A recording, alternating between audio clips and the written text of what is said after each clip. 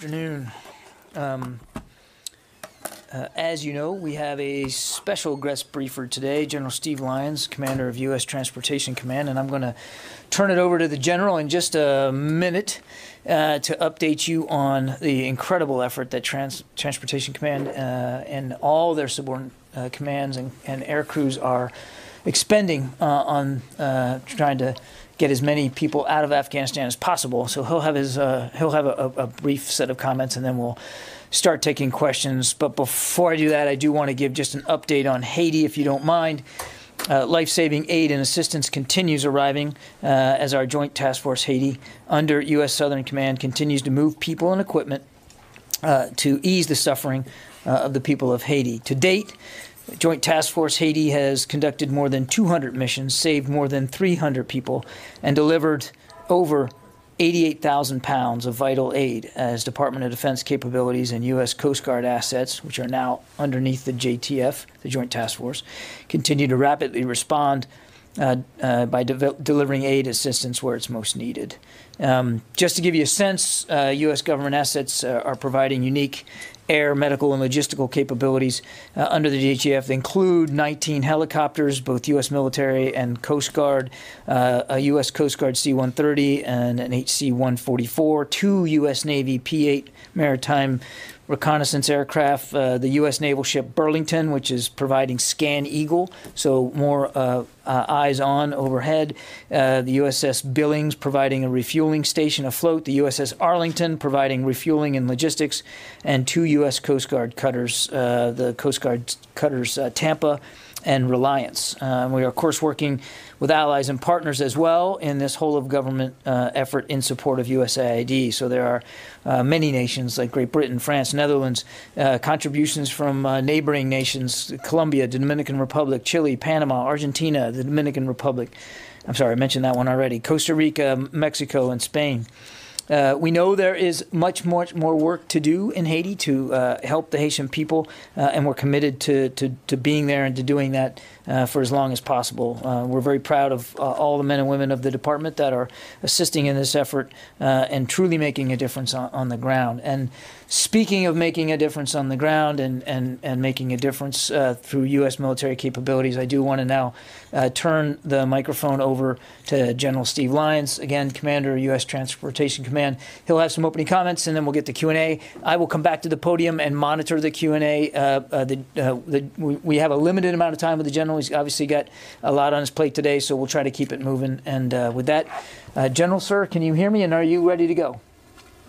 John, I got you. Can you hear me okay? Yes, sir. Loud and clear. It's the floor is yours, sir. Hey, thank you, sir. Hey, I'm pleased to join you today, as well as the press, to talk about TRANSCOM's role in this monumental logistics effort supporting non-combatant evacuation operations. I just would say that from the time TRANSCOM received orders to commence deployment, the initial elements were airborne in less than 3 hours. These forces were critical to quickly secure the Kabul International Airfield. Simultaneously, we commenced support to NEO operations and continue around-the-clock operations to ensure the safe evacuation of American citizens, our Afghan friends, and those cleared by the State Department. I'm just reminded that the United States is the only nation capable of rapidly deploying forces and providing nonstop airlift operations at this scale. I'd like to specifically highlight the role of our outstanding air component, the Air Mobility Command, led by General Jackie Van Ovost. Air Mobility Command continues to operate the C-17s you see in your news footage. Less visible but equally important is their contingency response group operating at the Kabul airport and a multitude of other forces providing en route support. This incredibly dedicated team of Air Force professionals is the best in the world. I did have the opportunity this week to speak with the crew, call sign Reach 871, the C-17 flight that carried the 823 Afghans from Kabul to safety. The iconic photo of hundreds of Afghans on the floor of a C-17 illustrates the desperation, fear, and uncertainty of the Afghan people, but also the life-saving capability and compassion of our military members. These Herculean efforts underscore the United States' commitment to our Afghan allies and provide them an opportunity for a new beginning, a safer life, and a better future. To be clear, this is a global effort. I want to thank our many, many coalition partners We could not be successful without the more than 24 like-minded nations that expand our global logistics network by providing important access and transit centers. And finally, I want to acknowledge and thank our industry partners who routinely provide airlift and support of defense needs. Many of you reported on the Secretary's decision to activate Stage 1 of the Civil Reserve Air Fleet, and we greatly appreciate the teamwork and contributions of our commercial aviation partners. Let me just close by saying that for me, like all of our veterans who served in Afghanistan, this mission is very personal. I assure you that we will not rest until the military is complete, the mission is complete, and we have evacuated Americans who are seeking to be evacuated and as many Afghan partners as humanly possible. I could not be more proud of the TRANSCOM team, our relationship with U.S. Central Command, and our contribution to this vitally important effort. And John, I'll be happy to take any questions the press may have. Thank you. Thank you, General. We'll start with Bob Burns, Associated Press. Thank you, General. Yeah, this is Bob Burns with AP. Thank you very much.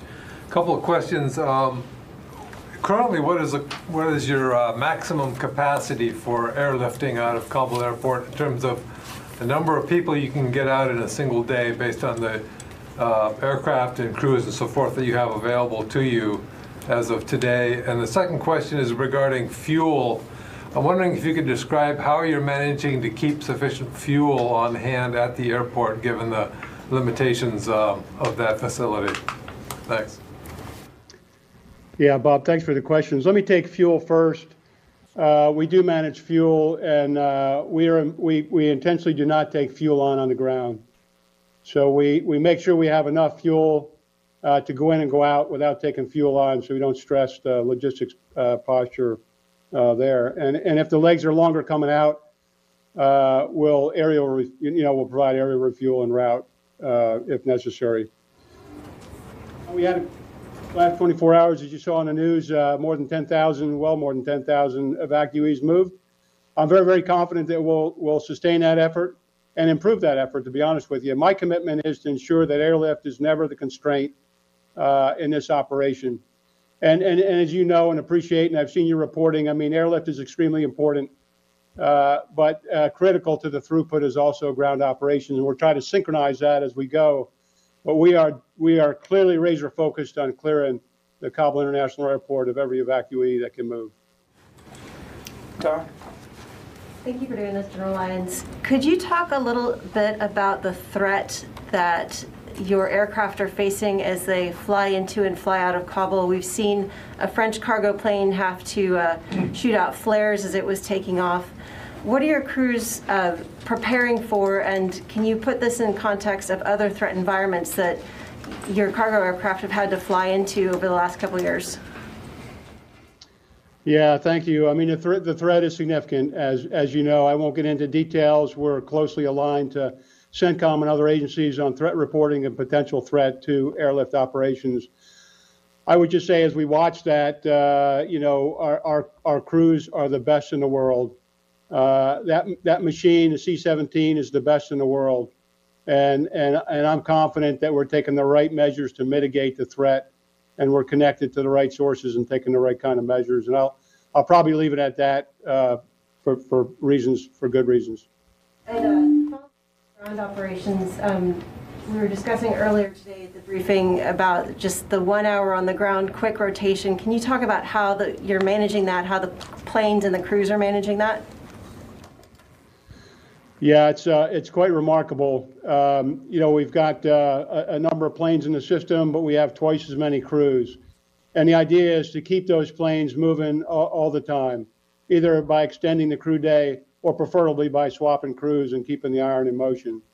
And so there's a very tight, detailed management system to do that. Critical to that, of course, is what you mentioned, which is ground time.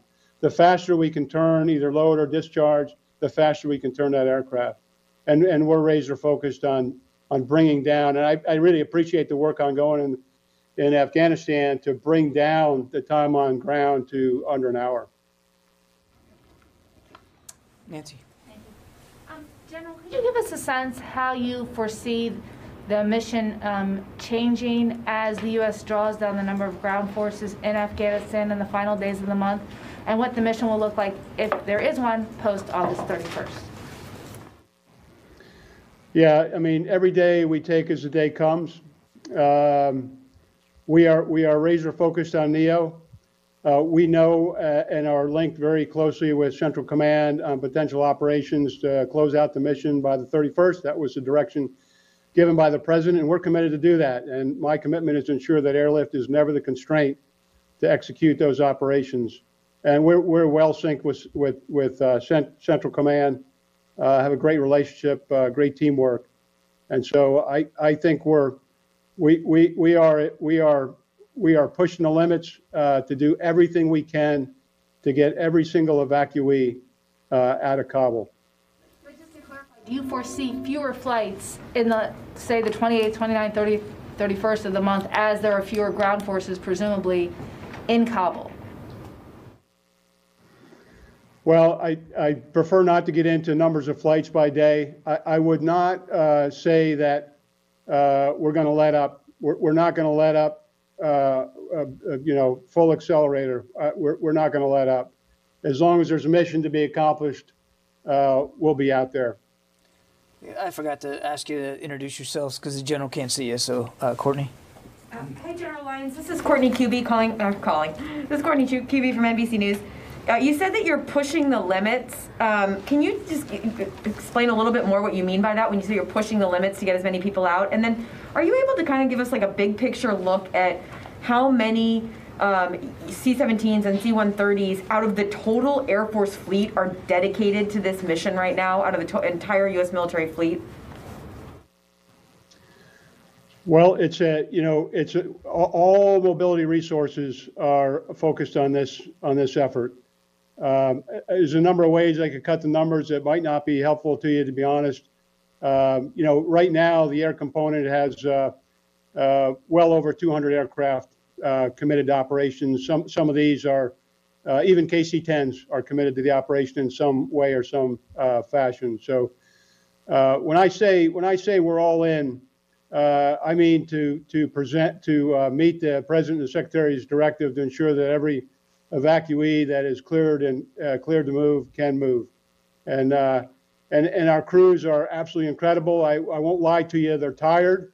They're probably exhausted in some cases. I know that the leaders from time to time are pulling crews out to make sure we don't have safety issues, but they are motivated, they are fired up, and they are committed to complete this mission.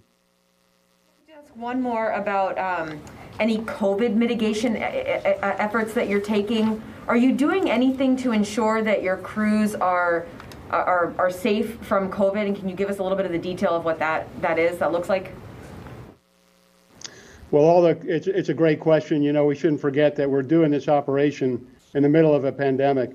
So all the crews are obviously masking, but the Afghans that are on the aircraft are not masked. So that's one mitigation. There is some screening that occurs before they load, and then as we reach the temporary safe havens, these other hubs and lily pads, there are resources being applied to further test the evacuees upon arrival to these various temporary safe havens. Are all of your crews vaccinated, or are they getting tested periodically to ensure that they're safe? The vast majority are certainly tested. I can't say conclusively that they all are, although great news today from the FDA. So pretty soon they'll all be vaccinated. Jennifer. General Lyons, Jennifer Griffin from Fox News. Can you talk a little bit more about some of the constraints you faced and how you resolved them?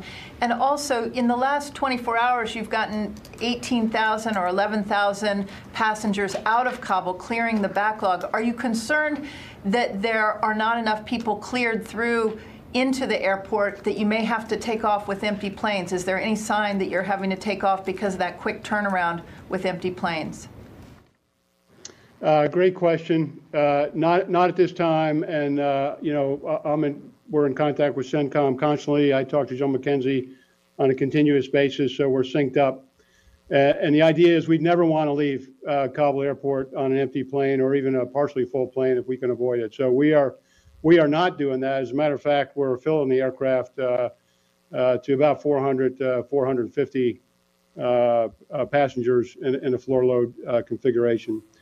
I just say to your first question, it's an excellent question. You know, any time that we move this fast in an operation, there's going to be fog and friction, and it's trying to achieve equilibrium in a very large network of not just airplanes but ground operations and multiple nodes throughout the network. And so there's initially it's moving quick. You're trying to grow capacity. You're moving as fast as you can. Sometimes you get a little ahead of yourself. And then it's trying to equalize out and making sure you got a critical path open. But again, right now, we'll sacrifice the back end of all the architecture and the nodes to make sure that we're clearing Kabul International, and that's what we're doing now. I need to go to the phones. I haven't done that yet. Stephen Losey. Hi, yes, thanks very much. So there are the reports about some of the threats that ISIS has made. And I know you're not speaking about specific threat environments, but can you talk to us a little bit more about how the military has communicated with the Taliban regarding these threats?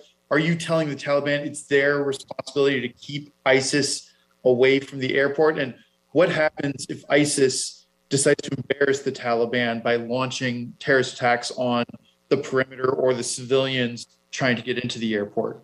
Stephen, I'll take that. That's more appropriate for me, I think, than for General Lyons. As we've talked about many times over the last several days, we are in daily communication with Taliban leaders outside the airport, sometimes multiple times a day, to again deconflict as best as we can, and to help ensure a healthy access to the airfield for American citizens in particular, and that communication continues to happen. We are also mindful of the threat that ISIS poses, and without speaking for the Taliban, I think it's a safe assumption to assume that they too are mindful of that threat. I won't begin to hypothesize of what could or could not happen, and I think you can understand that at the podium we wouldn't get into specific intelligence streams or what we're watching. Nobody wants to see anybody else hurt. And certainly nobody wants to see anything that could impact our ability to continue to conduct this evacuation operation. All I would tell you is we're focused on this every single day, hour by hour. We're monitoring the threat environment very, very carefully. And as I said, the communication with the Taliban continues. So, Laura. Thank you. This is Laura Seligman with Politico. First of all, can you tell us the total estimated cost of the evacuation? And then also, can you explain the discrepancy between the state and DoD numbers on the number of people evacuated? State is saying 25,000 since the operation began, but Major General Taylor earlier today, I believe he said 37,000. So what is that discrepancy? The numbers question. I mean, I can't speak for. I don't know where the other number came from, but I think we're all in the interagency. We're all tracking these numbers, the numbers that we put out this morning. I think you saw the White House actually put those numbers out before we did. So that 37,000 since the 14th is what we're counting on. I'll turn it over to the general on your first question, but it's whatever the costs are going to be, Laura, are bigger than just the airlift. And I can tell you that we don't have an estimate right now. Our focus and the focus of the entire interagency is to get as many people out as fast as we can and as safely as we can. And we're not letting cost drive the factor here. Cost drive the operation. The operation is driving the operation and the need to do this in a very urgent and orderly way. But I'll turn it over to the general if he has any more data for you in terms of the cost from his perspective. Yeah, I couldn't have said it any better than Mr. Kirby just said it. I mean, we're aware and we're tracking costs, but we're nowhere close to accumulating that data for public dissemination. And I'm sure, Laura, that when all is said and done, I mean, at the appropriate time, we'll certainly be able to provide an overall sense of what the cost is. I just would add that the real cost that we're focused on now is human life. That's the cost that we're focused on. Therese. If I could just follow up, General Lyons, are you concerned about the Taliban's ultimatum that they issued if the U.S. has to stay past August 31st to complete the evacuation? And what is the plan to protect our forces and the evacuees in that case? Well, again, as I said, we watch all risks and threats very closely. And, I would defer to U.S. Central Command on most of the parts of those questions. We're in direct contact with them regularly, continuously. And then we have our own processes and defensive measures and techniques, tactics and procedures to take, to protect our crews and to protect our aircraft going in and out. We got time for two more. I'm going to go to Sylvie and then Therese. Go ahead, Sylvie.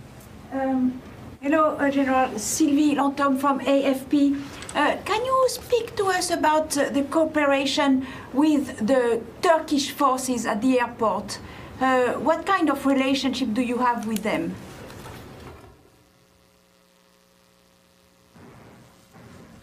Yeah, I would defer to U.S. Central Command for that question. I would not be able to characterize the relationship on the ground. I know there is a relationship, but I would not be able to characterize that for you.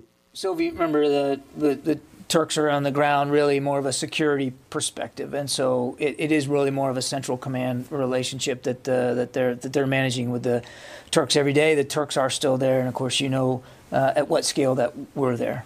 Therese. Yes. Thank you, John. I'm Therese Garnier with Newsy. General Lyons, are medics being provided for each flight? I know there's a concern about capacity because you're trying to get as many people on, but are medics being provided? And the reason why I ask that is because there are reports that a woman had a baby during one of the flights. And so do you have medics that will be on board that will be able to handle any sort of emergency situations that may come up if someone has a baby or, falls and gets sick or something in that instance? Yeah, it's a great question. We do not have medics on every flight. There is a medical screen as part of the screening and boarding process, but I'll confess to you that many people would have to self-identify any kind of medical issue. Really exciting. I mean, I really appreciate the news reporting on the baby being born as that flight came into Ramstein. Matter of fact, there's actually been more than that. So it's just an incredible operation. Ongoing, just impressive work by our great airmen. All right, so Follow up. More than that. Yeah, what did you mean by that? I'm sorry? What did you mean by more than that? More than one baby? How many babies? So they're asking if there were more than one baby.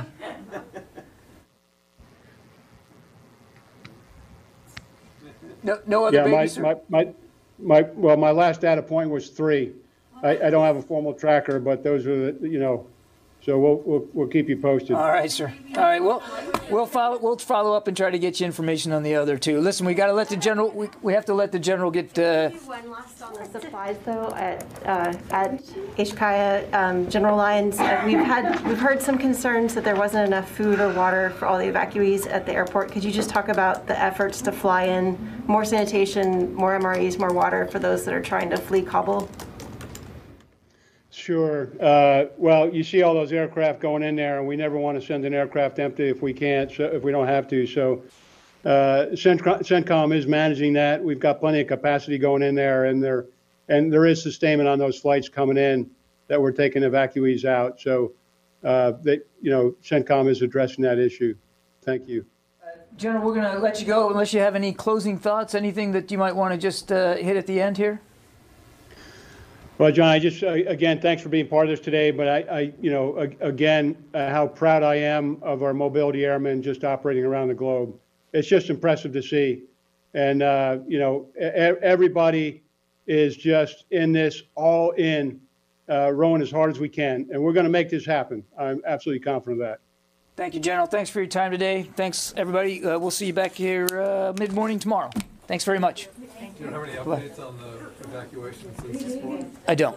No, I just. We cannot ask any questions? Sure, you want to? Yeah.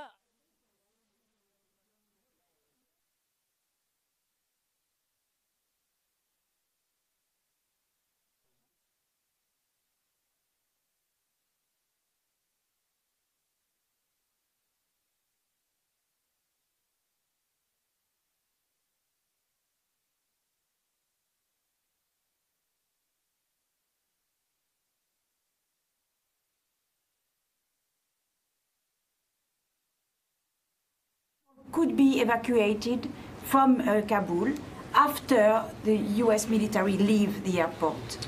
So who would be secure? Who would secure the airport? The Turks? How would it work? I don't know, Sylvie. My point was simply that it's certainly possible that the airport would maintain operations going forward. I mean, that would be for local authorities to figure out, but it is certainly possible that commercial traffic and charter traffic can still flow once the U.S. military mission is over. I couldn't speak to that with great specificity because that would be beyond what we're doing. But I just was making the point that just by virtue of the United States military leaving doesn't mean that everybody else is going to leave and not continue to fly aircraft out of there. That's all. That's all I was saying. So it means that you would count on the Taliban to accept that people would leave. It's not us counting on the Taliban, Sylvie. We have a mandate to continue to conduct this evacuation until the end of the month. You heard the general. We're focused on that. That's the goal we're shooting for. Beyond that, when there's no U.S. military mission there, I'm not able to speculate or hypothesize of what that would look like. All I was saying to Courtney's earlier question was, it's possible that other carriers and other aircraft would be able to take off and land out of Hamid Karzai International Airport. Regarding the incident outside the North Gate at the airport, we've heard reports that actually American gunfire caused the injuries of the Afghans. Yeah. Can you confirm that? I cannot. I've seen similar reports. I think it's really important, Wafa, that we let the people on the ground get their best estimate and idea of what happened, and that we don't try to do the forensics here at the Pentagon. Fluid situation, dynamic situation, serious threat environment. Our troops have the right to defend themselves. They believe they were under threat, and they reacted accordingly. I don't want to get into second guessing that right now, and certainly in such a short span of time after the event.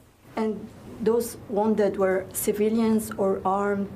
Do you have? It is my understanding, and I caveat this with all reports coming out usually are not always completely accurate, but it's my understanding that the wounds were sustained by other Afghan forces. Mm-hmm.